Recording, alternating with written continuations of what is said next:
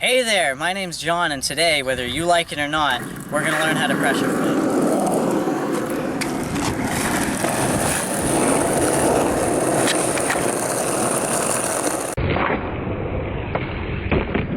Okay, so the first thing you need to know about pressure flips is that they're not nearly as difficult or technical as some people say. They're super easy. I don't care what you've heard. They're super easy. That's the way it is. So now you're probably wondering, where do I put my feet? Well, settle down. I'm going to tell you. Just want to make sure you know how important foot positioning is with a pressure flip. It's not like a kick flip where you can put your feet wherever the hell you want and it still does a kick flip. With a pressure flip, foot position is very important because you want to apply equal pressure. That's how the trick works. That's where it gets its name. I'll get into that later. But the easiest way to do it is to put your front foot about an inch under the front bolts, almost pointing straight forward, with your pinky toes hanging off. You can hang more of your foot off, but it's probably easier to have more of your front foot on because your back foot is going to hang almost completely off. So about an inch under the front bolts, pinky toe hanging off, pointing almost straight forward. Your back foot is going to go, again, pointing almost straight forward with your big toe in the pocket, which is the spot right here. Your big toe is going to sit right there. If you don't have a big toe, I'm sorry, you can't do this trick. It's that's pretty tragic, but you just can't do this trick without a big toe. So your back foot is going to point almost completely straight forward again. With your big toe in the pocket there, the rest of your foot's hanging off. It feels really awkward. It looks funny, but that's the easiest way to do it. Position here. You want to apply equal pressure with both your front and back feet, and this is how the trick actually works. This is how people did it before they could ollie, before boards were shaped this way. The front foot is actually very important. I see a lot of people saying that the front foot does nothing. That's mostly true, but it is important that it applies pressure because basically you're standing on the board, and because of physics, your front foot's on the board and the board's pushing back up on your front foot. So when it slides off, it's going to snap up. You don't even need to really do anything with your back foot, but you do. Forget I said that.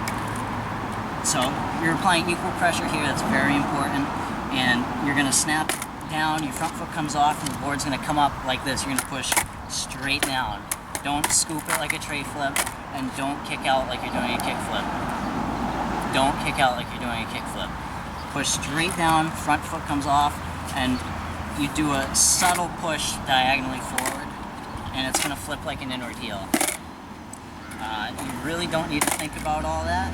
It should happen pretty easy. As long as you don't flick out like you're doing a kick flip and you push straight down with your back foot, the board should come around like an inward heel flip. And it'll look something like this. Again, it's going to feel really weird, but put your feet in the right spot here. And it'll look something like that.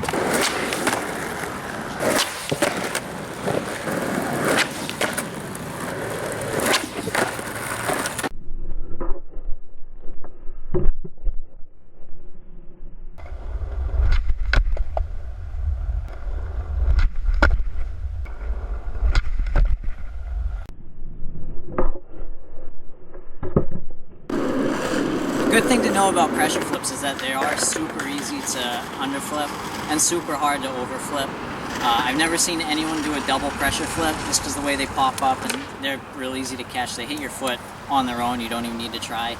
I've never tried a double pressure flip, but I can't imagine it's too easy. So make sure you have your feet in the right spot, like I showed you, and it's going to flip real low and fast. It'll look like a varial flip at first, but as you get better at it, you can start sliding your front foot in more and slide your back foot out of the pocket a little bit, and each foot's going to manipulate the way the board flips. Your front foot's going to control how fast it flips, the back foot's going to control how high it flips, how high it pops, excuse me. So make sure you practice that. Once you get it down, you can start adjusting your foot positioning, and that's why the trick's cool, because everyone does pressure flips differently. It's your own trick. But now that you landed it, you're probably wondering what's next. Well, good news, learning a pressure flip's like learning a kick flip or a heel flip. There's a ton of different variations. You can do a fakie, nollie, and switch if you're so inclined. You can do a 360 pressure flip, throw a late flip in there, do it on banks in the manuals, off ledges, over stairs. The possibilities are just as much as there are kick flips or heel flips. Go out there and do it.